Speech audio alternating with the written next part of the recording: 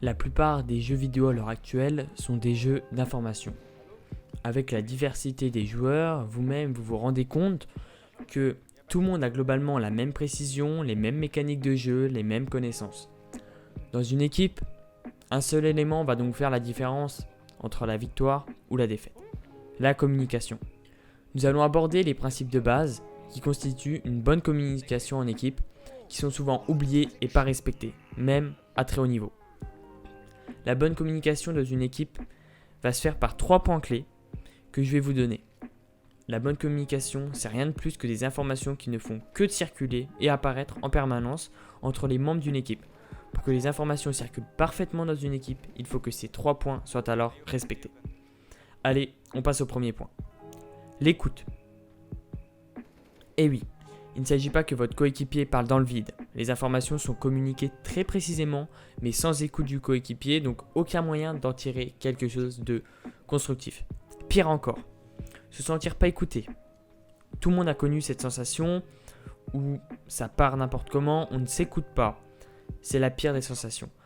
Pas écouter quelqu'un mène à des tensions. Tu as déjà pu le constater dans ta vie de joueur. Il est donc très important que chaque coéquipier soit à l'écoute de l'autre. Rien de plus frustrant de parler et ne pas se sentir écouté. Prends donc soin à écouter ce que ton coéquipier a à dire et cela jusqu'au bout. C'est valable pour la pérennité de ton équipe ou également pour la victoire du match en question. Allez, je te laisse noter ce premier point, moi j'enchaîne sur le deuxième. La compréhension. Ok, alors c'est cool d'avoir écouté son coéquipier, mais si c'est pour rien avoir compris et rien en tirer, ça ne sert pratiquement à rien.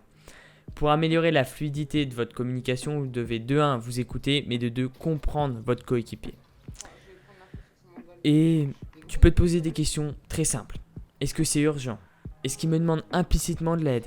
Est-ce que c'est une information que je juge inutile, mais que lui a besoin pour se rassurer?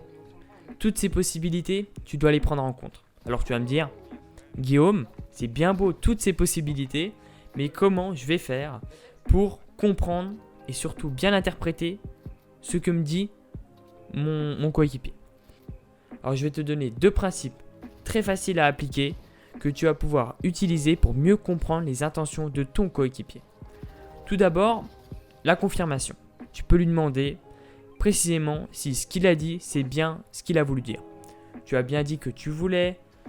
Il est important que tu t'assures que vous soyez sur la même longueur d'onde, surtout quand il s'agit d'une décision importante. Ne pas hésiter à reconfirmer l'information si tu as des doutes. Je t'encourage à faire. Ensuite, tu peux juger par différents moyens qui vont être non-verbales, que tu auras perçus grâce à l'écoute précise de l'information, l'intonation de la voix, le vocabulaire utilisé, le bégaiement, fluidité des paroles, vitesse de prononciation des mots. Tous ces éléments, tu dois les prendre en compte. Et tu vas pouvoir comprendre davantage d'éléments que le verbal en lui-même. Focalise-toi pendant que ton coéquipier parle à comment il dit la chose et perçois comment il ressent, quelles sont ses émotions.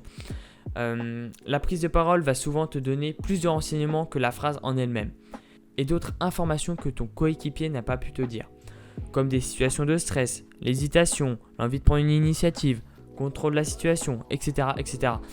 Toutes ces informations qu'il t'a pas dit dans une information qui va toucher au jeu en lui-même, il faut les prendre en compte parce que c'est plus important que la situation en elle-même. Allez, on passe au 3e point qui est pour moi le plus important, donc je te conseille d'être attentif. L'expression. Une fois que tu as écouté attentivement puis compris le message de ton coéquipier, il ne reste plus qu'à exprimer clairement comment tu vas pouvoir l'aider. L'objectif va être d'exprimer précisément en répondant de façon adaptée aux besoins de ton coéquipier. Sois bref et efficace. Va droit au but. Quel est son besoin? Comment je peux l'aider? Tu te dois de garder toute information non productive et qui n'ont rien à voir à ce que t'a dit ton coéquipier. Donc, pour résumer, ton expression elle doit être claire et ciblée aux besoins de ton équipe et rien d'autre.